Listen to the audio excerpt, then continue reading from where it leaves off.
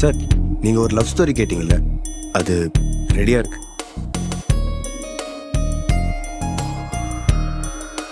ரொம்ப யூஸ்வலான ஸ்டோரி தாங்க.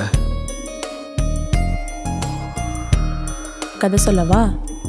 இது ஒரு பையன், இது ஒரு பொண்ணு. இந்த பையனும் இந்த பொண்ணும் கல்யாணம் பண்ணிக்க போறாங்க.